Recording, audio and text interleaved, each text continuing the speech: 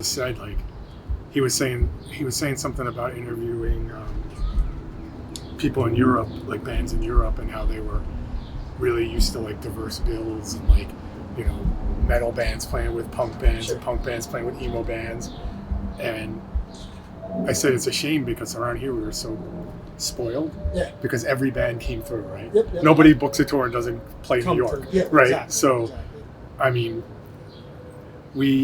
whereas if you lived in Iowa or even Colorado. Exactly. We are the only, I've lived with them for like 5 years. Okay. So we're the only kids that listen to this shit down there. If you live in Colorado and 4 bands play a show and they're all different bands, you're going to go to the show. Doesn't matter. It's like there's some connection. There's some connection, so you're going. Exactly. Whereas at times we had CBs, we had the Anthrax in Connecticut. Like I was 55 miles from the Anthrax, so I could get there in an hour. Sure. I could get to CB's in an hour because of going through the city. So there's some bands that would come through I'd see 3 times in a weekend. Right. And that's fucking nuts. Right. Yeah. But we also there were so many bands it was like, you know, we could have like a fully hardcore bill or a fully emo bill, and it wasn't that never really diverse because of it. So I mean, I'm not complaining. Yeah, of course. We were spoiled, but at the same time it would have been nice to be, you know, if you only have time to go to, or you're choosing between shows now. Well, you're like, options. The excess is. There's nice to have like necessity. Like if there is a cool fucking show, it doesn't matter who's on the bill. We're fucking going. When we were even when my band was on tour, it was like when we were in Europe, especially, it was like we played with no effects, right? And we're like, well, we don't really cross over with that crowd at all. But you know, when you call up someone in Europe and you say we're going to be there on April 8th, they're like, no effects in town. You're playing with them, right? Like it's not like we don't have enough bandwidth to like do 2 shows in a week, right? Everybody's just playing together. We're in the United States, especially around here. It's like, no, we got 9 bands coming through that week, so you know, you can't play, or you know, you're playing the show with all the hardcore bands, right? So. And so for the camera, just do like name, what band you're a part of, and then the label that you created. Okay, my name is Charles Maggio. I was in the band Rorschach and Computer Cougar, and I was in do the label Gern Blandsten Records. And then I start all of these the same. When did you initially like find weird music or not? What was playing on the radio, and what drew that more heavier sounds?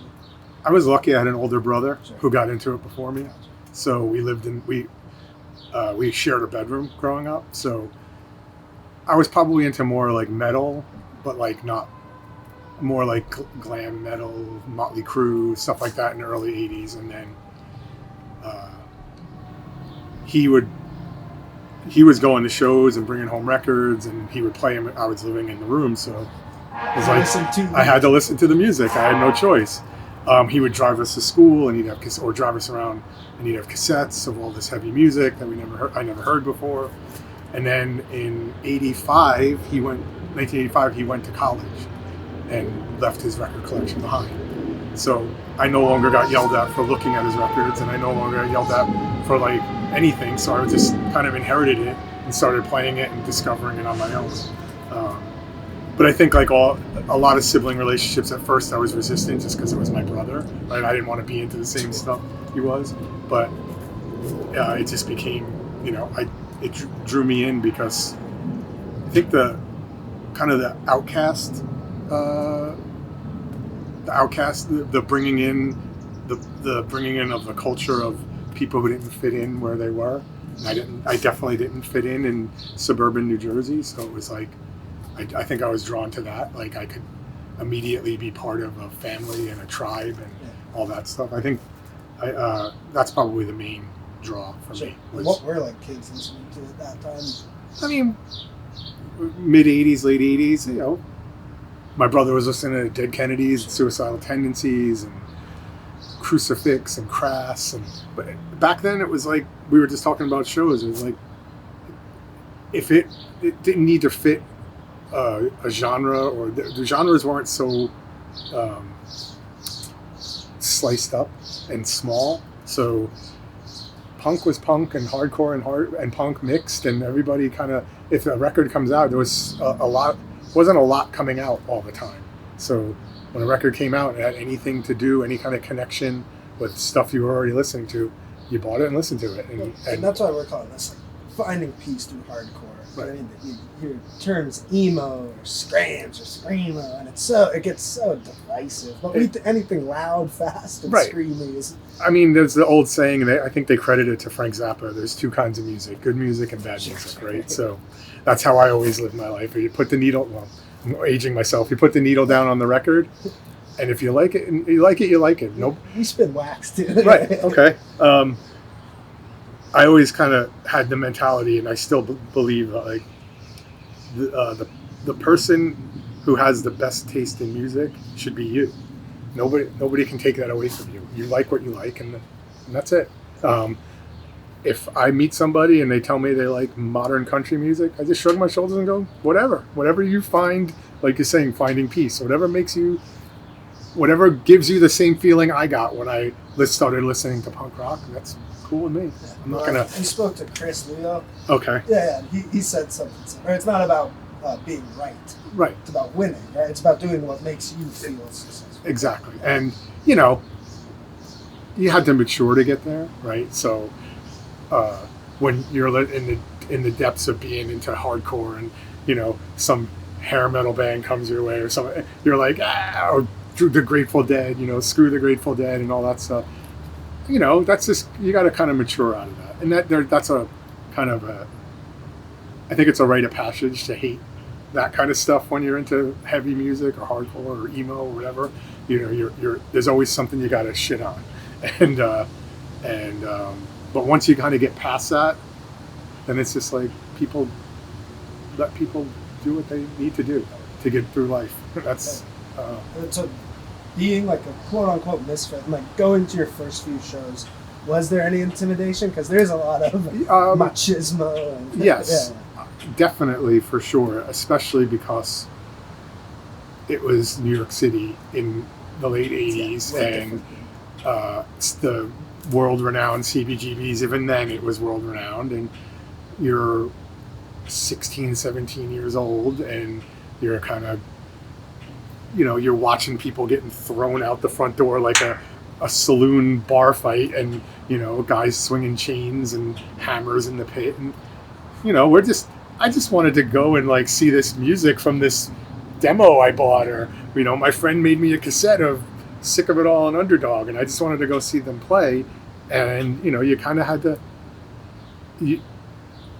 but I also think that's a rite of passage, because I think you needed to get through that.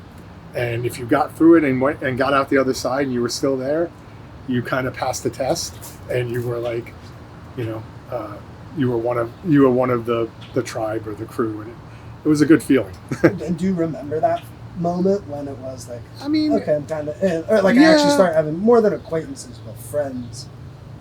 Probably took 3 to 6 months of constant, where people started recognizing you. Oh, hey, you're that guy who, or I'd say, oh, I buy a zine off somebody, or a demo, or a shirt. And then you start talking, oh, you're from Jersey? I'm from Jersey. And then it was like, we should hang out, or, my friend's in a band. You should go see them. They're playing in New Jersey by your house, like that kind of stuff. Once you started breaking that down, you looked around and you were like, these are my people, but I don't know any of them. So I got to figure out a way to break the ice and get to know them. And then I think, so it didn't take that long, but when ABC Rio started, it was like kind of in the ashes of CBGB's closing down because of violence. And I went to ABC Rio the first time, and I was like, I know all these people. I don't know them. Like, I'm not like, hey Joe, hey Daryl, hey Giannis from Citizens Arrest, but I know their faces. I've been going to shows where they're around, and I'm like, if they're here and I'm here, maybe there's something special going on here. And they were in it. To kind of kick it down to ABC Rio, it became like you almost kind of passed through another obstacle course of like, I'm not in this because I'm looking to beat people down. I'm not in this to be violent. I'm in this because I really love this music.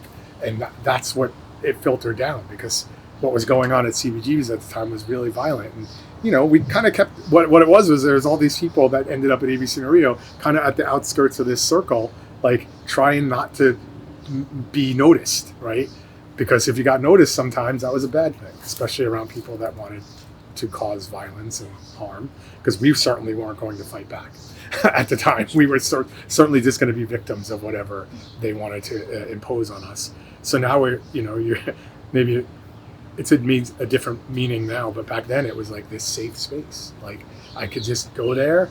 Nobody's looking to beat anybody up.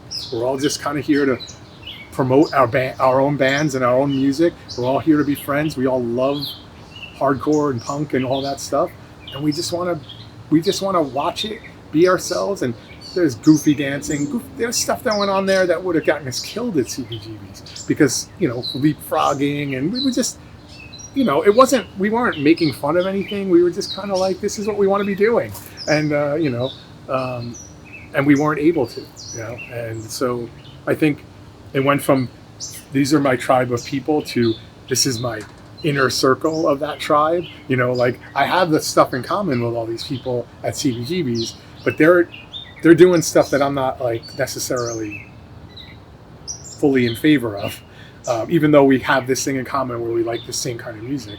But now we're over here, and it kind of shrunk to just the people that were also feeling that way. Like I'm not into all that stuff. But there seems to be this major distinction of like, super aggro, like agnostic front would probably be one of them, maybe, and then I mean, I wouldn't even tie it to bands. Yeah. I would just tie it to like maybe I just think it was probably the space. The space drew.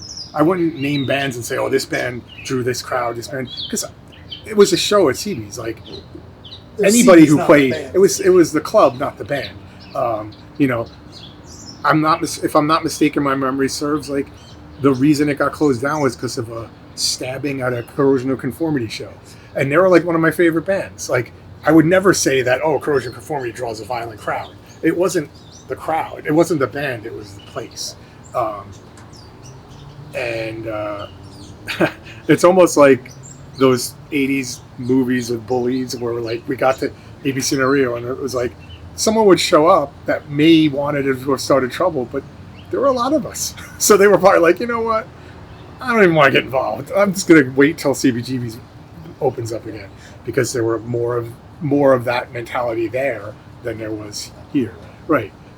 They probably had some choice derogatory words for us when they saw us being goofy, and they left because they didn't want to deal with like whatever was going on there. And I'm sure they probably could have beaten us all up because we wouldn't have fought back. But they probably just figured there's a lot of them, and I'm not going to get involved. If they start, wanting to fight back, maybe I might not win, but they probably wouldn't in retrospect. So. And then when did you think like you wanted to participate in music rather than just observe? That's like, for me, that's the beautiful thing about it all. It's like I might have been involved for 2 or 3 years, not even. And I'm already in a band. I'm already like on the cusp of doing a label. I'm running a record store. And was that Revolution? Reconstruction. Okay. Where like many people had the key, right? Right. So there was a core of about 4 people.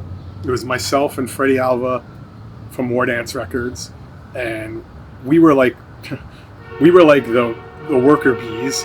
And Sam McFeeters from Vermiform and Dave Stein, who you want to edit that out. Dave Stein, who did a label called Combined Effort, they had kind of put some money in, not a huge amount, but enough to get it. You got to put a deposit on a space. You got to put a deposit on a space. You got to buy inventory, and all that stuff that comes with starting a record store. But me and Freddie, I actually used the record store for 9 college credits for a work co-op experience. So, like a work study program.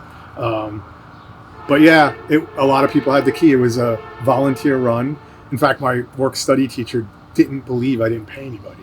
Like he came in and he was like, so talking to people, so how much you get paid an hour? And they were like, we do this for free. We love this. And they're like, he was like, did he put you up to this? Like, I was like, no, they really work for free. Like they just love being here, and they want to promote what's going on in the scene, and they want to like have a place to hang out. That's not Saturday afternoon with bands playing. They want to have a place all week to hang out.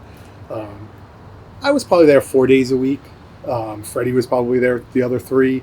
Sam and Dave would come in here and there, but we probably had a crew of 20 or 30 people that would sign up for hours. We were open from like 12 to 9, and we'd do like 5-hour shifts with a crossover, and we never had a problem. There was always somebody there ready to take over when somebody left. It was a great feeling, like, to be able to build on something like that. So yeah, the record store, I was doing that. Then that record store was, so the band was first, then the record store, then the label. Okay. It was like within a 2 or 3 year period that all kind of came together. And I mean, there's no other kind of music, I don't think, out there where that could have happened in such a short period of time. Sure. And on top of that, you're like, you're dealing with bands that you're a fan of, right? And prior to listening to this kind of music, we're going to stadiums to see these bands, right? So what, Mike Watt in that Minutemen documentary, he said originally the name of the band was the Minute Men, right? Not the Minutemen, because when they went to concerts, everyone on stage was this big. They were like these minute men, and it was like, that's what they were used to. So the idea of like, oh, now I can go on tour. I'm like, within 5 years of being, or 5 or 6 years of being involved in this music, I'd been to 48 states and 13 countries because I was in a band. Like, that didn't make any sense. In retrospect, that doesn't make sense. But like, when it was happening, it was completely normal, right? So I don't know. I don't, maybe I'm not tuned into every genre of music, but I'm saying I haven't run into too many genres where that's like a possibility. And with the label, like, my favorite band of all time is the Big Boys from Texas. They're an old skate punk band, and 10 years into doing the label, 12 years into doing the label, I was like reissuing one of their records, right? Like, what other genre of music can you say, oh, they're my favorite band, now I'm going to actually be part of their existence? Well, and that's been the same experience with us. Right. It's actually so close to home. And there's whatever the correct word is for it, humble and just real fucking people. Right. That they'll actually fucking talk to you. Right. It's not like this minute man right. that I can hardly see. Right, I'm 600 yards away. Yeah, exactly. And, I can barely, I'll never ever be in a room with them. No less would they want to be in a room with me. But there's that feeling, and that tribe extends generationally. It extends, when I reached out to the Big Boys, they were like, the guitarist was like, I can't believe you even like know who we are, kind of thing. And I was like, okay, give me a break. Like, you're my favorite band. How do you not realize your impact on people? And they're super, super humble and, appreciative and all that stuff. And I'm the same way. Like, when you asked me to do this, I was like, yeah, I love doing stuff like this. Like, We've had such a similar response to what you had with the Bad Boys. People not even knowing right what their impact was, and to us it's like unbelievable. Right. Like, shit, like there's kids all around the world who like right. your music has helped so fucking much. And it's that was that wasn't the goal, right? The goal was to just put out records. So people are always like, oh, your label's so diverse, and you put out all different kinds of music. It's uncommon in this scene, because like labels are kind of segregated with these genres, right? And I just shrugged my shoulders and said, I just put out music I like. If you like it, awesome. Like, I don't care. But that's not why I'm not like, your band, I think I could sell a lot of your records. I'm like, your band, I like you guys, let's do a record. If other people like it, awesome. If not, I'll lose a lot of money. But whatever. I like it enough to spend my time and energy, and I think other people should hear it. And give it a shot. And certainly there's records on the label that people were like, I like it too. And then there's some records on the label people were like, I don't like it so much. And I'm like, whatever. Like, I don't care. I like every record I put out, and that was my goal, was just to put out records that I liked, or by bands that I liked. Gotcha. And then so with Rorschach, it's because that's heavy fucking music. Right. What were you going through at the time, or why did you feel the need? Why was that something that helped? And then, like, why the importance of catharsis? So thinking back, and I think one of our guitarists brought this up, Nick, in an interview or something, like, we were probably all just suburban New Jersey kids suffering from some sort of depression. And we had no way to, like, we had nobody's diagnosing this, right? We were just quiet. Some of us were bullied. Some of us were in high school, not in this, in our environment. We all hated, it didn't take punk rock for me to hate jocks and all that stuff. Like, that was happening already. It just fit in conveniently. Like, hey, I'm in a music scene that also, or this is why I probably fell in love with that music scene, because they feel the same way about a lot of the same stuff. We were suffering from some sort of depression, and we needed a catharsis, some sort of cathartic way to deal with it. It wasn't conscious. This is all going back on it. I was never like, I'm suffering from depression. I should start a band. Yeah. Right. It was, we're suffering from this depression. And this feels right. Right. And we were going to shows, and we're like, you're coming home with, like, your fingernails have dug into your palms, and you're like, maybe I need to do this. And you meet 3 or 4 guys who are people who are, like, within 15 minutes of your house. One of them plays bass, one of them plays guitar, one of them plays drums. And you're like, let's make some noise. And when you put 4 depressed teenagers or early 20s, late teen, early 20s people in a room and give them a bunch of shit to make noise with, most of the time it's going to be a little bit of a cacophony. It wasn't conscious. Like, we weren't like, we're going to scream our heads off. But, we all came from heavy music backgrounds, metal and hardcore, and it just came out of us. We weren't consciously trying to sound like anything. We were just, our guitarist Keith was like, I like Slayer and Voivod and metal and COC and hardcore, and I'm just going to play guitar chords that sound like this. And if same kind of concept as the label. If people like it, awesome. If they don't, fuck them. I feel awesome doing this. It makes me feel good to do this. And that's what came out. And we got, I don't want to say lucky, but we worked really hard to play in front of people, put out records and tour, and other people started liking it. And that was a good feeling in the end. Like, that, whenever we hear somebody say your band or your label or meant so much to me and got me through a really hard time in life, I was like, I just think, like, there's a ton of bands I could say that about. So if I could actually be in a band that does that to people, that's like mission accomplished for me. So, and so could you imagine, like, not having that outlet? And again, granted, you weren't conscious that Rorschach was, like, your outlet for anger, but, like, living now, do you think it would have impacted you negatively to not have that? And do you still hold on to any of that anger? How does that look as you've grown? It's interesting. I don't know that there was. I don't know that there was, like, a way to get through that without having some sort of outlet. I've probably matured in a way that's like, when I stopped being in bands, probably 96, I kind of took, like, a different approach of how to get my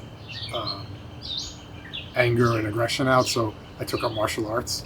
So I don't have to be in a band. I noticed the jiu-jitsu. Oh, yeah. So in the late 90s, I started doing Brazilian jiu-jitsu, and that became my outlet. I'd go 3 times a week. I'd go and, like, simulate murdering people, and then, like, that felt like enough of a release for me where I was completely satiated by that. I don't know that I would have found that if I didn't find music. So I don't know. I think I would have just kept searching until I found it. Like, I would have been like, I don't fit. I don't fit. I have to find where I fit. And luckily it didn't take that many tries, but I found this genre of music. I don't know if there's anything else that would have kind of made it fit at that time. Because in the late 80s and early 90s, that martial art didn't exist. It did, but it was in Brazil. It wasn't so much in the United States. So me finding that then was not really possible.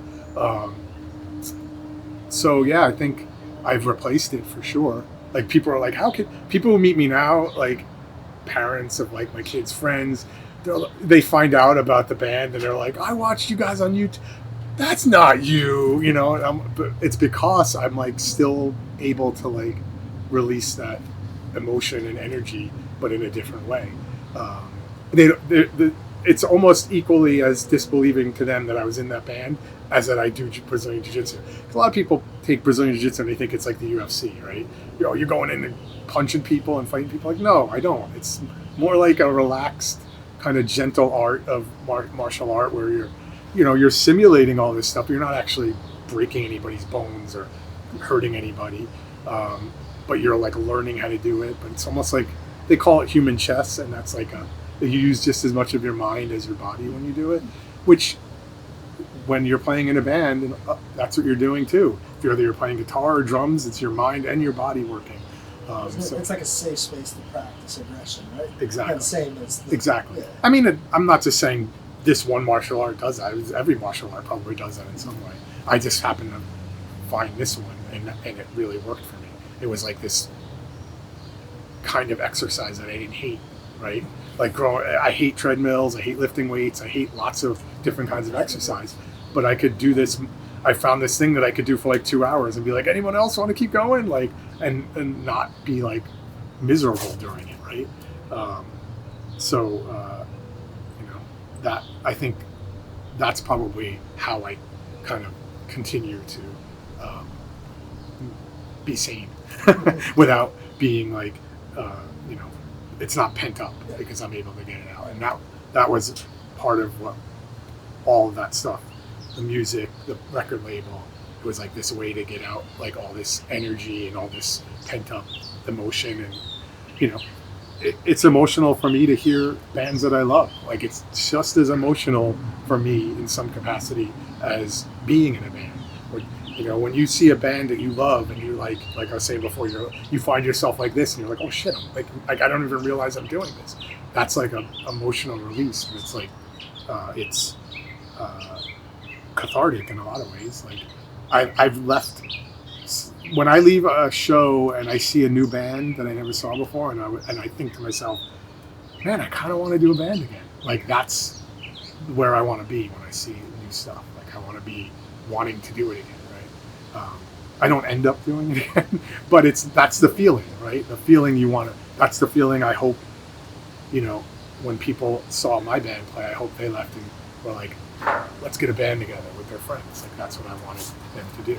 When people bought records on my label, I wanted them to do a band and send me the demo and say, can you put my record up, right? So that it was all about fostering and making more generations of this and keeping it going. So, and I will never not say this. I literally consider myself, people are always like, oh, you put this band out, you put that band out. And I'm like, I didn't find these bands. I just was lucky enough where all these bands played at the place I went, right? Like, what are the odds of that? Like, all these bands that people love happen to just be playing at the same club at the same time. And I just happen to be standing there doing a record label. So that I would just be like, hey, you're in a band that I like. You're playing here. We have a lot of friends in common. Let's do a record. And people from around the world end up liking the record. I consider myself lucky. It wasn't that huge a lift. I wasn't traveling around digging up bands and all this stuff. My first 25 releases, 2 of them were bands that I saw on tour, and the rest of them were all local, pretty much local bands. Within an hour or 2 of here. And they played ABC in Rio, and I saw them, or they played some other show locally, and I saw them. So it was right place, right time in a lot of ways. Because there's plenty of record labels that put out a lot of records that nobody cares about, but I respect them just as much because they're fostering their scene, right? You're from Colorado, so GSL, or Sonny from GSL putting out Angel Hair and Savalas and all these older bands from Colorado. Like maybe he didn't make as big an impact, but in Denver he did. In Colorado, there were kids who were in bands that actually got to have their record heard by somebody in New Jersey, because I heard all those bands. I would never have heard any of those bands had he not done that. Yeah. So, and I mean, I think that's the genesis of it all. Before the internet, we're walking uphill both ways in the snow. But before the internet, you bought Maximum Rock and Roll and you turned to the back and you were like, look at the reviews. Oh yeah, you looked at the reviews in the zine and you were like, oh, this got a really good review. I'll send them $3 for their demo. And you put $3 in cash in an envelope and you sent for their demo. Everybody there's a piece, the puzzle pieces that built like this tape trading and record collecting and record trading and distribution. My records were distributed by friends. I would go on tour and I'd leave, like Johnny Appleseed, I'd leave 5 records at record stores in each town. And, and when that band then called up that town, the kids in that town, there were 5 kids in that town who had the record. So they maybe tell their friends, like, hey, this band's coming through, they're great. Or they made tapes for their friends, or they, that kind of thing. So the first Leo brother band I put out was Native Nod, which was Ted, Chris and Danny. Then Chisel, which was Ted. And then the Van Pelt, which was Chris. And then Redhead. Right, and then the Laps, which was Chris also. Yeah, we like that. Yeah, so they were like, I counted at one point, I think there's 15 releases on my label that have a Leo brother in it. Yeah, so they were kind of like but they live 10 minutes from here, or they grew up 10 minutes from here. So it was like, we were all going to the same space, right?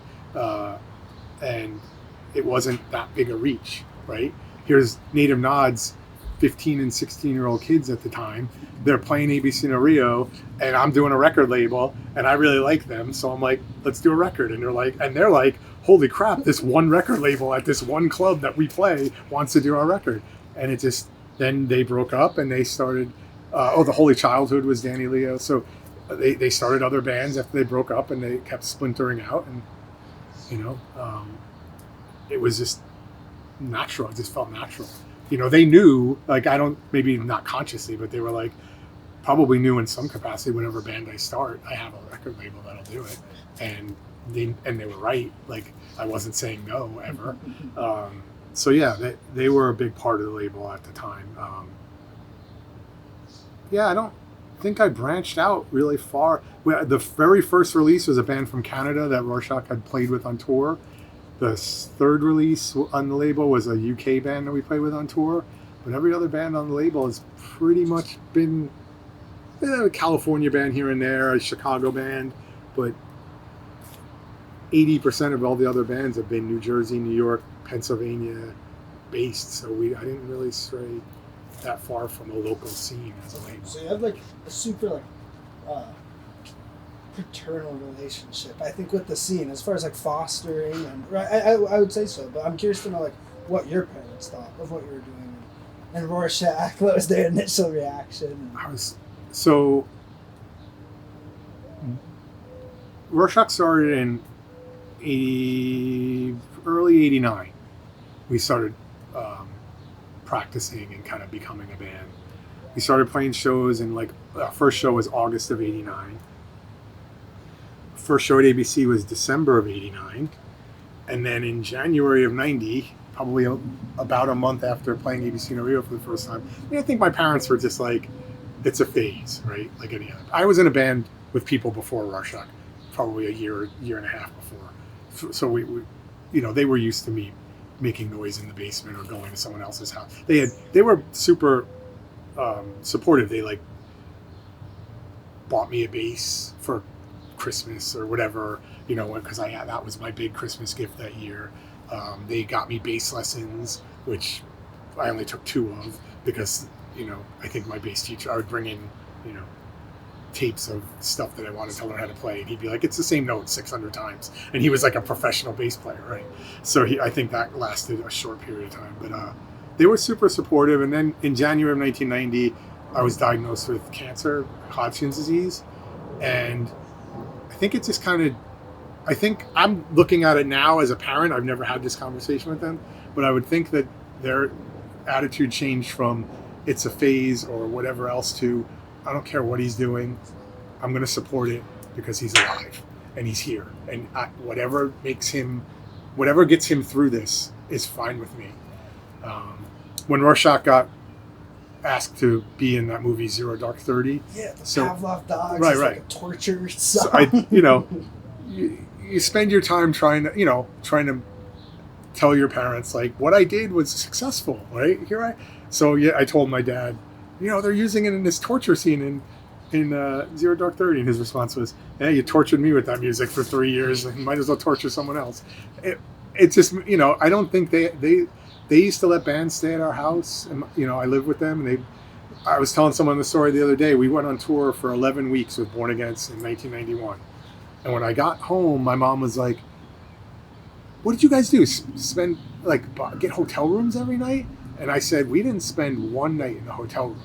And her attitude was, I think her attitude changed to, well, if you didn't have to spend a night in a hotel room, then neither should anyone else. Bring them on. And I would have bands in the basement over the summer, especially 2 bands a week, at least one every weekend.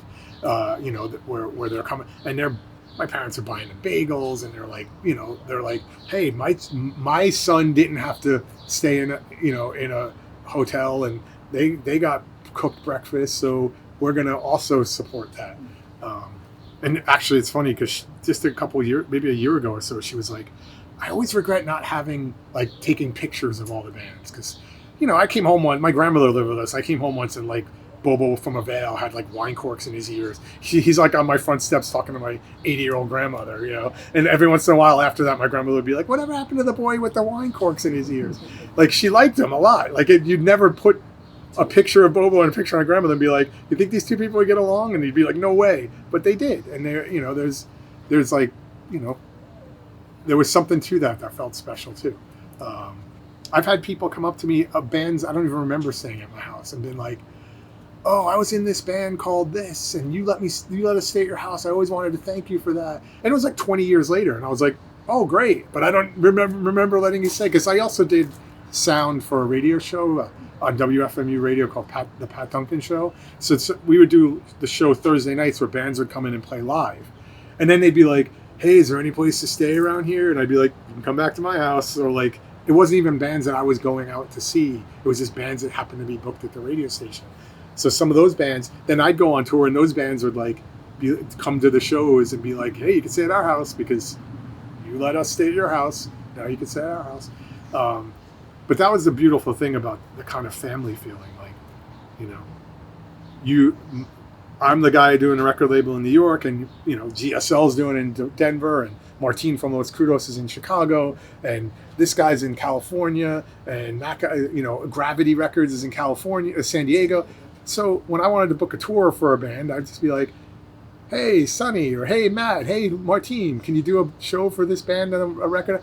And they did the same thing with me. And the idea wasn't, well, every other club owner wasn't like, "Oh, we got to hear them first, and we want to see what kind of sound they are." They were like, I would be the same way. "You're putting it out? It's good enough for me." "Oh, Martin supports it. Sonny supports it. Matt from Gravity supports it. Bring it on. We'll do a show with them." That feeling it was all around the country, even around the world. Go to Europe, where there was this trust of Charles isn't going to send me some group of assholes to come stay at my house, and Martin's not going to send me some group of guys who are going to steal all my records. It's just not going to happen, because we're all in this together. We're all trying to support, bring everybody up, as a group. In retrospect, coming from hating jocks and being a misfit, where do you think you got those family values? Because I don't think that's... I grew up in an Italian family, and we were talking about, I've talked about it. It's in an Italian, that culture, and it's not the only culture that's like this. I'm sure there's many cultures, but I know this culture. Family is everything, right? You do anything for family, and so these people became my family. So I treated them the same way. I'll do anything for you, and I felt it reciprocated. And the same concept. If you do something for somebody in a family setting, and then you ask them to do something for you and they don't do it, you're done to me. You're dead to me. Afangul, right? And so but it was always reciprocated, because why wouldn't you, right? Like, you helped me here, and I'm going to help you there, and we're all gonna benefit from this. And if your band gets huge, the next time you play our town, you're gonna put my band on the bill. If we get huge, we're gonna do it the same to you. Like, there's always some, and it's not because I just felt like that was part of the way the system works. It was just ingrained in me that the system works that way. And we were trying to burn the system down in some way too at the same time. So what better way to burn the system down than to do things that aren't necessarily what the rest of the system is doing, right? Most clubs want to put the big band and then some other band that, curried favor somehow. And if we got a big show, I'd be like, you're a band that's young and upcoming and from around here, and you're a band that we like. And we would, when Rorschach did our reunion shows, our whole thing was like just getting bands on bills that were young, new, that we liked at the time, that wanted to get back together. And if we could play to 300 people, they should play to 300 people. And we were very conscious about that, being in control of that.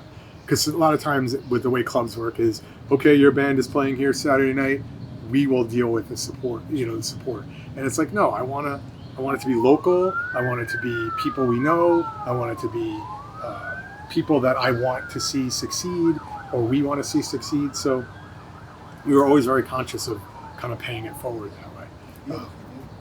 What music are you still listening to today? Is it still that, or what media rather? Like even movies or books? Like what have you I'm still a dinosaur. Like, for me, listening to music has always been a process. Sure. It's always been like, sit down, take the record out, read the lyric sheet while you're listening to it.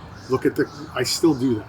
I'm not a casual music listener. I don't have an iPod. I don't have a Spotify playlist that I put on in my car. If I'm in my car, I just listen to like freeform or college radio stations, because they'll play stuff I never heard before. And then sometimes I'll like Shazam it while I'm driving, just be like, shit, I like this. What is this? And then, oh, I like this band. This band came out 5 years ago. I never heard them, or they're out now and I never heard them. I try to keep up on new music, but I'd be lying if I said I was super active.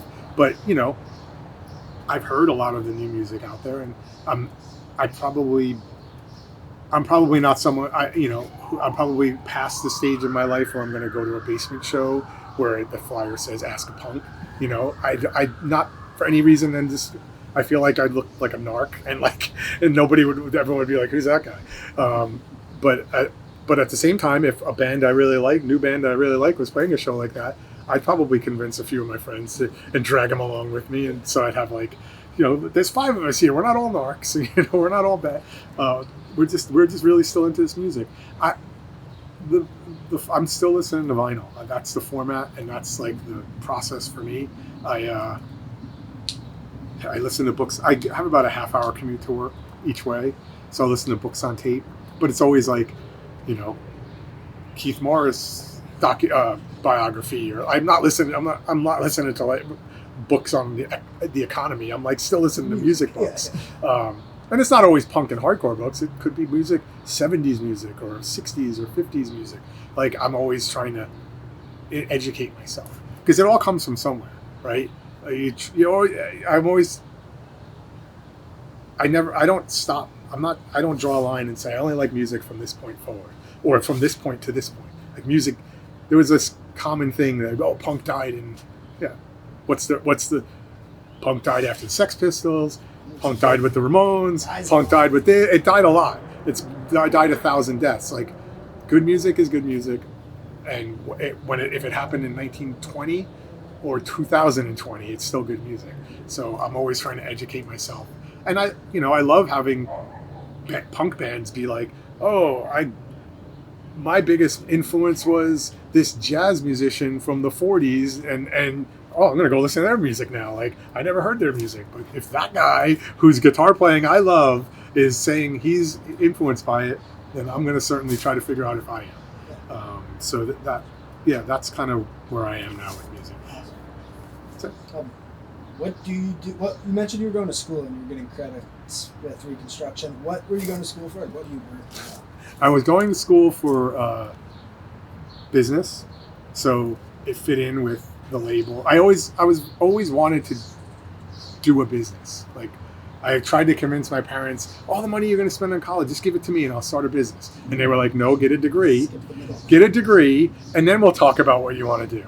And they were supportive of the record label because I kind of did it for a living, quote unquote, for 5 or 6 years.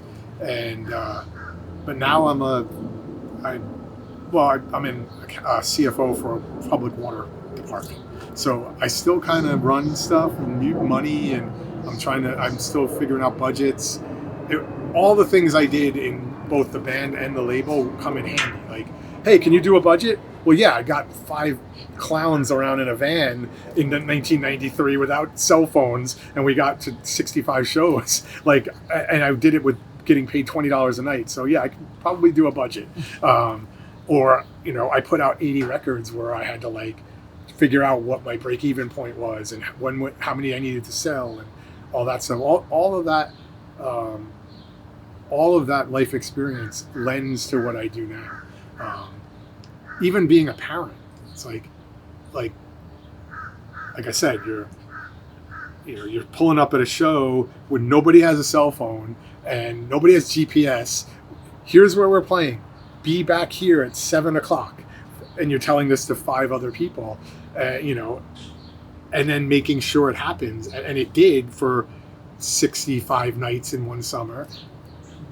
That's it hones a skill that you can use in later in life. So yeah, dealing with, if I had 10 active bands on the label, I had 40 to 50 musicians who I had to kind of constantly be jockeying communication with. It's not a bad thing, but it's a lot. 2 bands are on tour and 3 bands are recording, and 1 band had 2 records just came out. So I'm like juggling a lot of stuff. It's all life skills that you end up being able to. I was going to ask you if all that experience was applicable to like a more domestic life. And you it certainly it. Is. Yeah, like, my one kid needs to go 3 miles that way, and my other kid needs to be picked up 10 miles that way. Like, I don't stress. I'm just like, we'll get him. It'll be fine. There was a joke. The guys in Merrill used to call me Charles, don't worry about it, Maggio, because that was, don't worry about it. We'll be fine. It'll be fine. Don't worry about it. Because you can't let it overwhelm you, or it's not going to work. You got to kind of keep everything in check and just plow through it. Transmission fails and we're on our way to a show. Well, you tow it to Lee Miles and get someone to fix it. And if we miss the show, we miss the show. We play the next show. But it's ridiculous. And I talk to other people who do labels or were in bands, and how their job, which you would never think, someone who did a record label will become this, right? And they're like, no, I mean, everything I did with the record label I use on a daily basis, So you get asked this budgeting question, right? Like, can you market this, or can you control this? Do you, like, on your quote unquote resume say that, yeah, I've done it before because I did it for these bands? Like, so I did up until this most recent job, which I got about 8 years ago. I did put the record label on my resume, and in the interview they asked me about it, and I said this is what I did, and so I can't say that they were like super impressed and were like, we got to hire this guy, he did a record label. But I think I wasn't hiding it. I wasn't like I didn't do this. So I can't imagine it didn't help, because it was a bulk of the experience on my resume was quite literally like resume. Right. It was almost my entire resume. Like from 1992 to 2013, I did this thing, and I put out 85 records. And in the world outside of what we do, and even in the world outside of what we do in music, when you tell someone, oh, I do a record label, their first thing is, oh, you record bands. And I go, no, I don't record bands. They give me the recordings and then I actually release the record. That doesn't click because a lot of people don't even realize you can do that, right? A lot of people think they only know popular music, right? Popular musicians popular music aren't put out by the musicians. It's Warner Brothers or Atlantic or Columbia, whatever. So I'd have to go. It would never be like, oh, I do a record label, and oh, that's cool. So how do you get it distributed? That's never the next question. It's always like, oh, so you like recording studios? And I'm like, no, I hate recording studios. I want the finished product. I don't do anything with the recording. I just pay for it. So yeah, I think it's interesting how maybe they thought I'd recorded bands. I don't know. I tried to explain it to them, but for some people, it's just like it's so foreign to them that they're still going to leave the interview after I get interviewed with them telling what I do. Be like, oh yeah, we just interviewed a guy. He loves recording bands, and however they interpreted it, it got me the job. So, and I've been what I consider fairly successful at it. We have situations where I have to click into tour mode, like, we've got to remove 600 water meters in the next 3 days. And everyone's freaking out. I'm like, that's no problem. Let's just figure this out. We got 200 here, 200 there. We got 16 trucks going out, so we could do 6 a day, and I'll take 4. It's all real life experience and like things being thrown at you and having to deal with it. Was there a learning curve for that patience and tolerance? Yeah. I've always had patience and tolerance, but the learning, weaving that into 5 other or 4 other personalities that have an equal say in what you do, that's the learning curve, right? You're in a band, it's a 5-person band. And while one person in the band, me at the time, was kind of in charge of the logistics, booking the shows, getting the money after the shows, making sure everyone's there, and the other 4 members had drivers and writing music and unloading and loading and all the other stuff. They were certainly doing other logistical stuff. Everyone has a 20% say in what's going on, but you're all doing different stuff logistically. So you kind of have to being able to kind of weave through that personality minefield and come out of it and still be a band for the next tour is probably the life lesson, the thing that was hardest to kind of get in sync. And I think what happens is, have you guys ever been in bands? I don't know. Yeah, we were a band in high school. Okay, so you're traveling around together, right? True. So you learn what your strengths are. You drive and you do this, right? So there's never at some point in the band it just all clicked, and it was like, the other 4 members of the band didn't know the name of the club we were playing, how much we were getting paid, what time we had to be there, because they knew I was doing it. And I never worried about how the van was being loaded at the end of the night and if it was all going to fit, because they were doing that. And so there was always like, you kind of found what everybody had what their strengths were, and you just kind of trusted it. But getting to that point was difficult because there's a little conflict. Like, where are we playing tonight? I know I'm in charge of that, not you. Like that kind of thing. But everybody also has the same amount of say. So that's, part of why I like martial arts and Brazilian Jiu-Jitsu now is because I'm in control of everything. It's just me. Like, if I win or lose, it's all on me. I have no I don't need a group of people to do that. It's like a solitary endeavor that fulfills the same purpose for me. And I guess it probably feels nice to have it all right and not for a change. I lose, it's my fault. I win, it's my doing. There's no, if we get a flat tire, it wasn't because I didn't change the tires in time, or so-and-so didn't loaded the van wrong, or, it was, everything's on me. So if it mentally, it fills the same purpose, but I don't have to have that minefield of other people involved. And I'm not saying that it was a bad thing. I loved every member of the band, but like every band, at some point we were like, the minefield, we all stepped on a mine and everything exploded, and we were like, F you all, and we went our separate ways. And then 2 or 3 years later, we were like, I love that guy again. Like, I'm away from them enough where now I love them again. It settles down and you forget. We never had we never had that moment of like we didn't have like a collapse. We didn't have like a I can never take that back moment, what I said back moment. It just kind of fizzled out. We had toured for 26 weeks of our lives over 3 years. And I think it was just like, I think we're done. I think I wanted, I think other members were like, I want to do something different. Or, I think this is just done. In fact, we came back from the last tour, and 3 months after that tour, someone called me up and was like, hey, is Rorschach still together? And I was like, I think so. And they were like, well, when's the last time you practiced? Oh, not since tour 3 months ago. And he was like, you're broken up. And I was like, oh shit, I think we are. And that was it. Like, it just kind of, we didn't have like a big, massive fight where it just kind of, we had done what we did and we were happy with it, but everyone kind of had an idea of something else they wanted to do, and that 20%, 5 people or 20% wasn't meshing anymore. And so it just kind of went away. And, everybody in the band did other bands. So it wasn't like we all hated music and never wanted to do music again. It's just like we wanted to do different things. And then fast forward 93 to 2016 years, and we got back together again for a couple of shows here and there over a 3-year period. And it was great. I think we all loved it. 09 to 12 or 13, yeah. We did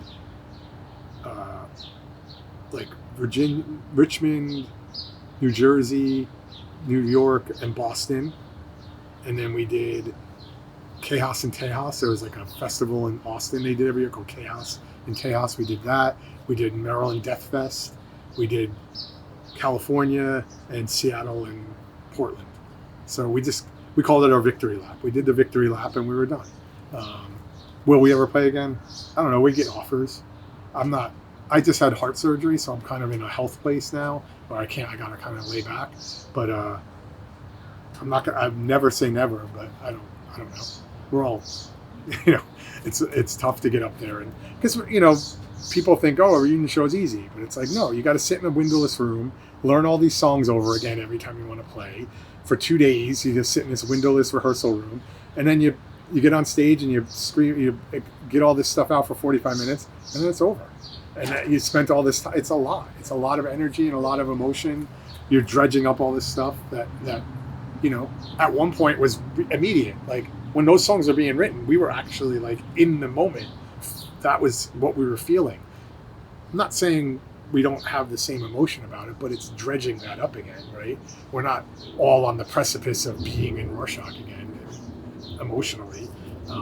So it's just a different kind of show. It's a different kind of energy and different kind of commitment to actually do it. Last question. What is your thoughts, reaction to because a lot of kids are still listening to a lot of the music Gern put out, and even Rorschach. I just got turned on Garden Variety, love it, and we love Native Nods. So what's your? You might not go online a lot, but a lot of the albums you put out are cited. That's pretty crucial. I see people send me the articles, sure. So I'm not unaware. I don't know. I feel lucky and super happy about it. I always mirror it to my own experience. If anything I had anything to do with could have the same impact on me as Minor Threat or Black Flag did to me, and I'm not saying anything I put out is of that caliber, but maybe someone thinks it is, and I'm not the judge of that, then it makes me happy, because that's exactly what I was mirroring all that, right? I wanted to be Discord and SST and Alternative Tentacles and all the Touch and Go. I wanted to be all those labels, but I was obviously 1 generation or 2 generations further down the road. So if anything I had any part in is still valid in anybody's life, I don't know. I guess it's a legacy, and I'm proud of it. So that's kind of what I don't think anybody starts out doing a record label to put their friend's band out and they're like 50 years